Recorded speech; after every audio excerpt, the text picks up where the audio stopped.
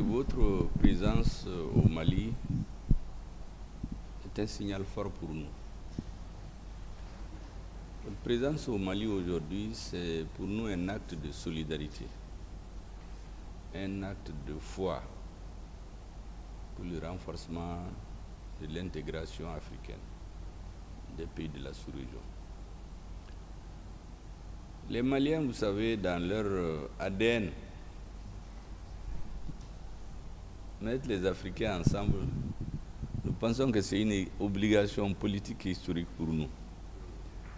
C'est d'ailleurs pour cette raison que dans toutes nos constitutions, les régimes ont changé, mais il y a un article qui est permanent, c'est-à-dire que le Mali est prêt à renoncer à tout ou partie de sa souveraineté au nom de l'unité des pays africains. Donc, c'est un souci permanent chez nous, quel que soit le dirigeant, quel que soit le responsable. Et lorsque nos frères africains viennent chez nous, nous apprécions ça à très haute, sa juste valeur, notamment l'aéropage qui a fait le développement et le déplacement pour venir chez nous ici, du siège de Lyon. Je voudrais donc vous remercier, vous féliciter, vous dire que nous apprécions ça à sa juste valeur. Hier d'ailleurs, en Conseil des ministres, le ministre a spécifiquement insisté sur votre présence. Je crois que le président de la transition, qui met son pas dans les pas de ses prédécesseurs, est très heureux d'apprendre que vous êtes là. Je lui rendrai compte d'ailleurs brièvement de nos entretiens. Deuxième chose que je voulais dire, c'est les félicitations pour nos ministres chargés des questions, toutes les questions financières et de développement. Et leurs subordonnés, ce que j'appelle les soldats de l'économie. C'est-à-dire tout ce monde qui travaille en douce pour que l'économie marche. Les douaniers, les impôts, le trésor, les opérateurs économiques. Parce qu'en réalité, nous parlons très fort parce qu'il y a quelque chose dans le ventre. Si eux, ils ne réussissaient pas leur travail, bon, le politique ne pourra pas bien parler. Si vous entendez un politique parler fort, c'est qu'il a bien mangé et il sait ce qu'il est sécurisé. S'il n'a pas bien mangé, il n'est pas sécurisé là, il ne parle même pas.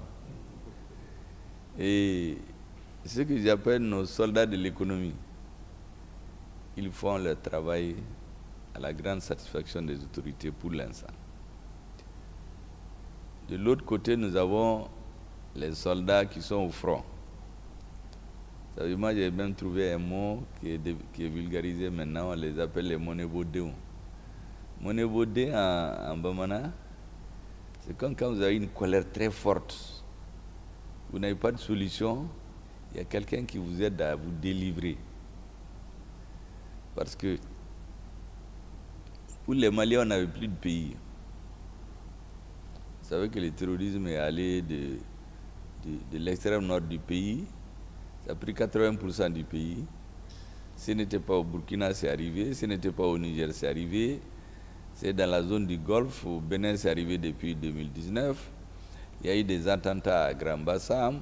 Donc, on sent même que historiquement et géographiquement, si on n'arrêtait pas ce processus-là, ça allait se métastaser et ça allait nous contaminer tous. En 2013, vous savez, on a installé la base Sabre au Burkina Faso en 2019. Au moment de cette installation, c'était une base secrète. Même les Burkinabés n'étaient pas au courant. A fortiori d'autres personnes. C'est une base secrète. C'était pour lutter contre le terrorisme.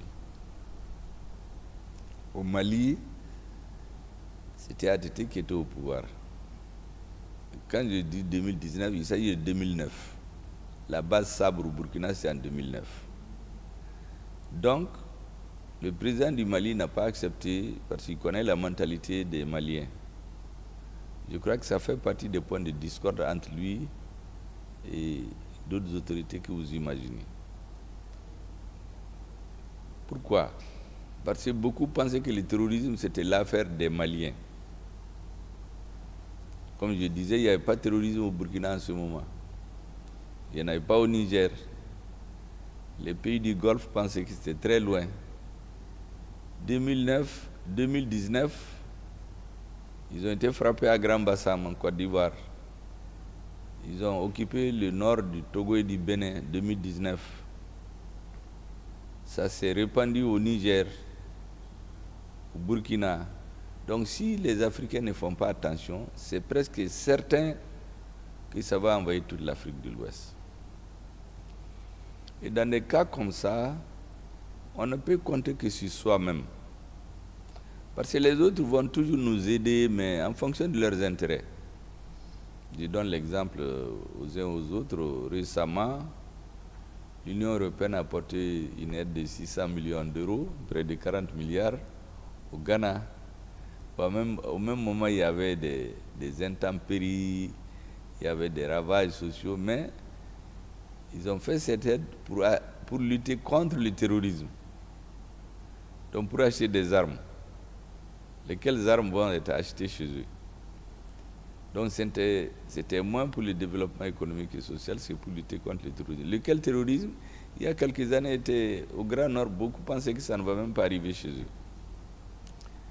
Et donc, les militaires maliens ont restauré l'espoir. Nous ont permis de croire qu'on peut vaincre le terrorisme. Aujourd'hui, le Mali n'est pas seul. Et je crois que la prise de conscience va aller grandissant. Pendant que les militaires font leur travail au front, si nous avons pu tenir debout, c'est grâce à ce que j'appelle les soldats de l'économie. C'est ce qui m'a fait dire d'ailleurs quand l'actuel gouvernement a été installé le 1er juillet 2023, ma première rencontre avec ce qu'on appelait le comité interministériel de revue des résolutions des assises nationales, parce que vous savez, tous les Maliens se sont réunis à ce qu'on appelait les assises nationales de la refondation. Et on a catégorisé les résolutions environ 500, sur lesquelles il y en a qui doivent être exécutées pendant la transition. D'autres doivent commencer, d'autres doivent être prises en charge par les futurs gouvernements. Donc pour que ça ne soit pas comme d'habitude, vous savez, les Africains, on prend beaucoup de résolutions, après on tourne le dos. Donc pour sortir de cette habitude-là, le président a installé auprès de lui-même le comité interministériel chargé de veiller à ce qui est fait par le gouvernement. Donc ils nous contrôlent chaque mois, nous les rendons compte, et ils rendent compte au président. Pour que le président, à la fin de la transition, puisse dire aux Maliens, dans ce que vous avez demandé, voici ce que nous avons pu faire. Voici ce qu'on n'a pas pu faire. Pourquoi on n'a pas pu faire? Voici ce qui reste à faire. Pour que dans une génération, on puisse vraiment refonder notre pays. Donc, devant ce comité, le gouvernement est venu pour rendre compte en quelque sorte. Le tout nouveau gouvernement, en juillet 2023. Voici ce que j'ai dit au ministre. J'ai dit la question du débat sur la défense nationale. Nous sommes là-dessus. On pense que nous sommes sur la bonne voie. Aujourd'hui, notre pays, on le contrôle totalement. Avant ça, vous imaginez, on ne peut même pas acheter de simples lunettes à vision nocturne. On ne peut pas acheter d'armes létales. On ne peut pas acheter d'avions. Donc toutes les forces internationales qui étaient là ne nous empêchaient pas chaque jour d'enregistrer des morts. Pendant qu'on avait 55 000 forces armées sur nos territoires, le nombre de morts augmentait tous les jours. Des villages entiers étaient décimés, des camps entiers étaient détruits. Donc, on a dépassé cette phase. Il y a des zones, quand l'armée malienne veut y aller, on leur dit non. Ça, c'est la zone d'entraînement nocturne de Takuba. Ça, c'est les zones occupées par Barkhane. Donc, les Maliens étaient là. On ne savait que faire. Mais on a eu des militaires qui sont venus associés à la société politique. Nos soldats, oui, monebo ana, comme on dit en Bamana, ils nous ont délivrés. Et aujourd'hui, il n'y a pas une partie du territoire malien où nous ne pouvons pas aller. Donc après avoir conquis l'intégralité du territoire national et restaurer ce que nous avons appelé la souveraineté nationale, il fallait, ça c'était la défense, il fallait bien l'expliquer au monde, que notre diplomatie soit très active, ce qui a été le cas. J'ai dit aux uns et aux autres que nous allons évoluer maintenant en dimension 3D. La défense, on pense que nous sommes sur la bonne voie. La diplomatie, le deuxième D, il reste maintenant le développement. Je leur ai dit que c'est l'un des points les plus importants. Parce que tout ce qui nous applaudissent aujourd'hui, si à terme, ils n'arrivent pas à se développer économiquement, ils n'ont pas à manger, ils n'ont pas à s'épanouir, mais c'est les mêmes qui vont nous dire que vous avez échoué. Donc les trois vont ensemble. Il fallait bien sûr la défense de notre pays, il fallait nous faire comprendre par notre population. Maintenant, il faut que nos agents chargés de l'économie, autrement dit tout le gouvernement, s'attachent à cette question. Aujourd'hui, je suis heureux d'ailleurs que dans l'AES, c'est pratiquement cette dimension 3D qui constitue le repère. On a une défense commune, on a une diplomatie commune, nous parlons de la même voie. Aujourd'hui, il faut que sur les questions de développement, nous élaborons des projets structurants. Je suis persuadé qu'en réalité, malgré les inquiétudes qu'il y a ici et là au niveau de la CEDEAO, si les choses marchent bien dans l'AES, ça va être un très bon exemple. Parce que contrairement à beaucoup qui voient l'AES comme un mal, je pense que c'est un bien nécessaire. Vous savez, si le Mali n'avait pas réussi ce qu'il a réussi, le Burkina n'allait pas s'en sortir. Si le Burkina et le Mali n'avaient pas tenu, le Niger, ils allaient le bouffer. La création de l'AES, j'ai expliqué aux autres, ce n'est pas l'effet du hasard. Les trois présidents ne se sont pas trouvés à Niamey pour créer l'AES. La réalité, c'est que quand il y a eu le changement de régime au Niger, certains pays africains ont voulu tomber sur les autorités nigériennes, les remplacer. Mais nous faisons un peu de l'histoire. Nous savons très bien qu'après le Niger, ils vont tomber sur celui qu'ils considèrent comme le plus faible. Ils vont se regrouper pour tomber sur le Burkina. Lorsqu'ils auront fini de bouffer nos deux amis, m'excusez de terme, hein, pour parler trivialement, bon, tout le monde va se coaliser contre le Mali. On va se dire, mais ces gens qui ont la tête dure là, on va s'occuper d'eux maintenant. Dieu a fait que les trois frères se sont retrouvés et on a mis une défense collective. Ça a permis d'abord de stabiliser le pouvoir au Niger. Sinon, la volonté de les renverser, nous avions des éléments qu'il y avait une agression armée qui était imminente contre le gouvernement nigérien. Le lendemain, nous avons fait la déclaration dont tout le monde se rappelle le 31 juillet. Il y a eu une réunion de la CEDEAO le 30 et le 31 juillet, on a fait la réunion. Mais le 28 janvier, quand l'AES a été créée, ce n'est pas le hasard. C'est par ces 24-48 heures avant, nous avions les preuves qu'il y a des forces armées qui voulaient tomber sur le Niger, renverser le gouvernement nigérien. Donc nous avons immédiatement, nous sommes dit, mais la CEDEAO qui est une organisation économique, si on l'utilise, il vaut mieux en sortir pour qu'on n'utilise pas les textes de la CEDEAO pour nous brimer. C'est ce qui a motivé notre sortie. Ce n'est pas venu du hasard. Maintenant, il y en a qui ont mal pris ça. En fait, ils n'ont pas compris le sens de l'histoire. Je vous assure que les pays de l'AES n'ont aucune intention de casser notre union.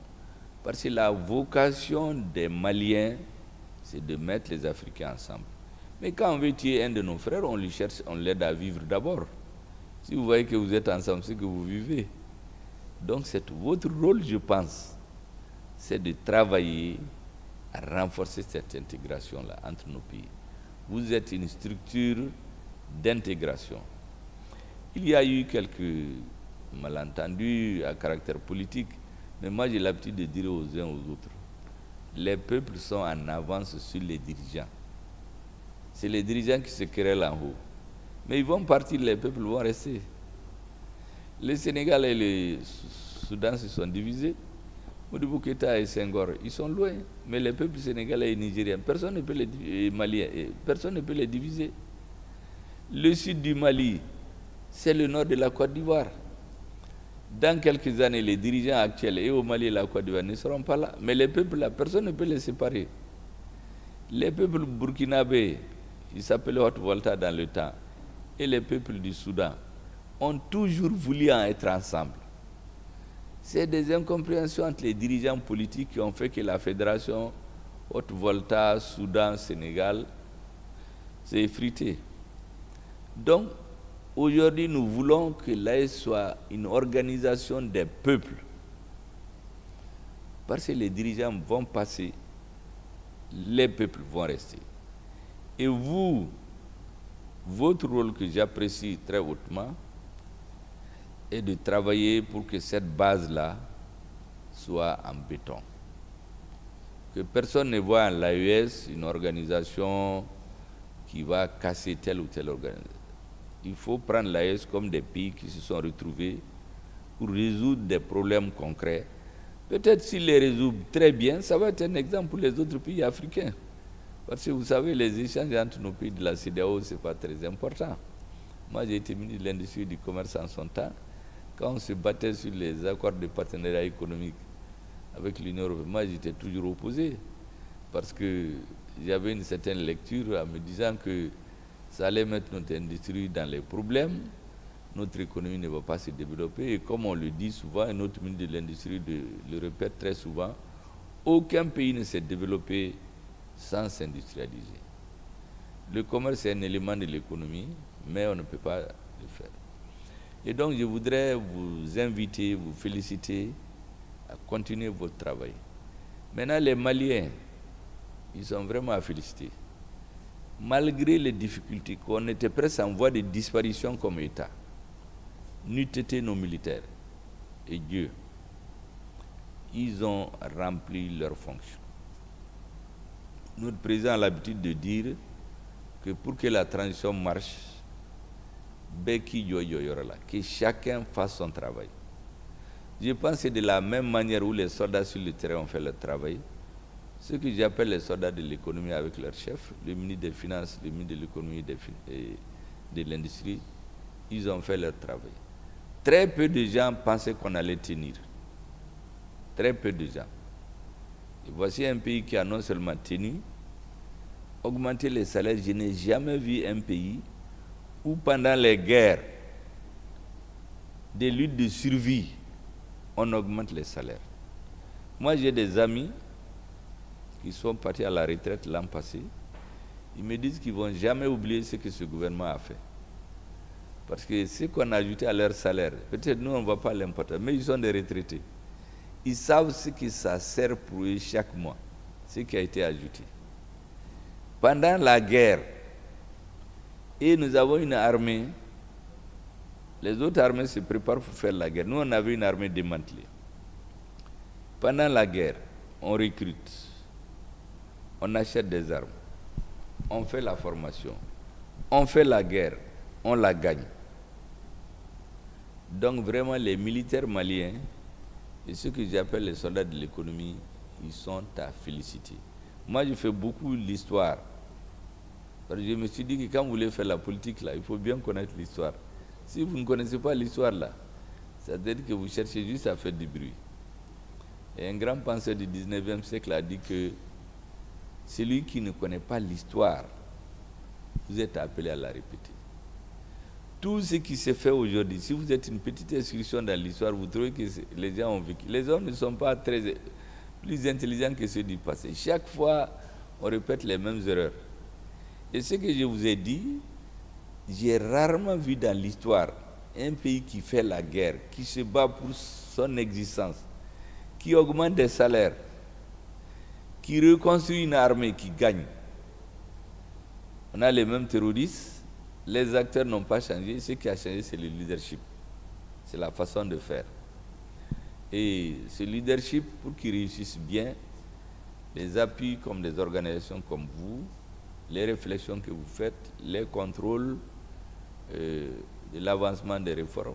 Moi-même, honnêtement, si ce n'est pas que le ministre des Finances m'a briefé sur leurs performances, bon, nous, on ne voit que l'argent. Hein. On voit que les Maliens arrivent à manger, notre armée gagne, mais lui, il fait la fourmi, il sait comment il arrange. Je les appelle les ingénieurs financiers du gouvernement. Et je voudrais donc les féliciter et qu'ils transmettent mes félicitations là à tous leurs agents, tous ceux qui s'occupent des questions économiques. Parce qu'en réalité, c'est sur les deux pieds là comment. L'armée, l'économie.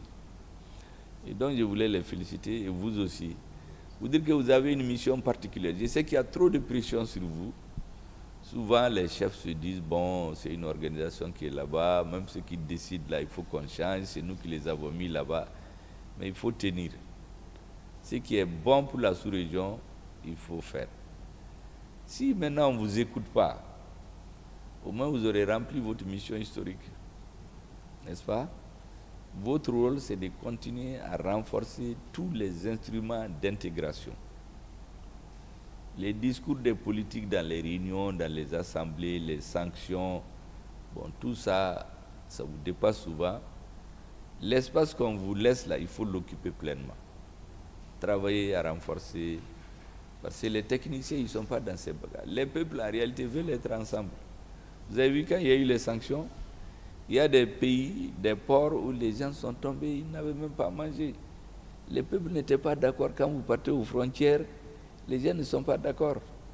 C'est une affaire entre hommes politiques qui sont là pour un temps. Après, ils vont partir, les mêmes peuples vont rester. Donc, je voudrais vraiment vous encourager, saluer les Maliens qui ont vraiment, comme on dit au pouvoir, on est là pour quelque temps, mais je crois que leur mission historique, ils l'ont remplie. Ils continuent de la remplir. Et vous, continuez à pousser. Les politiques vont crier, vous laissez se taper sur la tête, mais vous faites avancer les dossiers. Parce que tant qu'on ne fait pas l'intégration africaine, des pays intégrés économiquement, on va toujours continuer uniquement à parler. Vous dites que le Niger, le Sénégal ont commencé à produire des hydrocarbures. Ça, c'est quelque chose de très positif. Et maintenant, nous-mêmes, avec l'AES, il y a beaucoup de dispositions que nous sommes en train de prendre pour renforcer la libre circulation des personnes et des biens. Parce qu'on en parle beaucoup dans la CEDEAO, mais dans la pratique, les gens en souffrent beaucoup. Donc petit à petit, les points positifs, partout où on les trouve, on les met ensemble. C'est ainsi que sur la durée, nous allons résoudre nos problèmes. Je voudrais donc vous remercier, Monsieur le ministre, et à tous vos collaborateurs. Vous aussi vous remercier et vous dire que nous apprécions à sa haute juste valeur le fait que vous êtes venus ici. C'est un acte de solidarité, un acte de foi. Ça veut dire que vous croyez à l'intégration sous-régionale. Et vous êtes un instrument très fort. Je vous encourage beaucoup et vous salue. Merci beaucoup. Merci, monsieur le ministre. Merci, monsieur le président.